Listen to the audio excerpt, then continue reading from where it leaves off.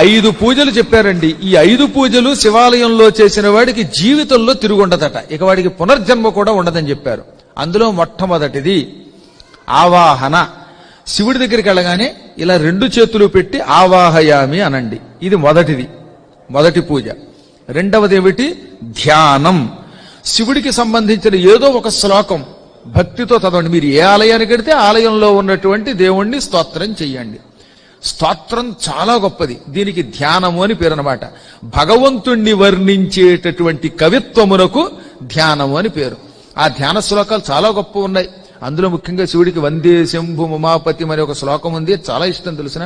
ఇలా ధ్యానం చేయండి గుళ్ళోకి వెళ్ళి. వెంటనే దానివల్ల ఈ జన్మలో కావలసిన భుక్తి లభిస్తుంది. ఇంకా మూడవది ధూపం. ఈశ్వరుడికి అత్యంత ప్రీతిపాత్రమైన ఉపచారములలో మూడవది ధూపం. ధూపం బాగా ఇస్తే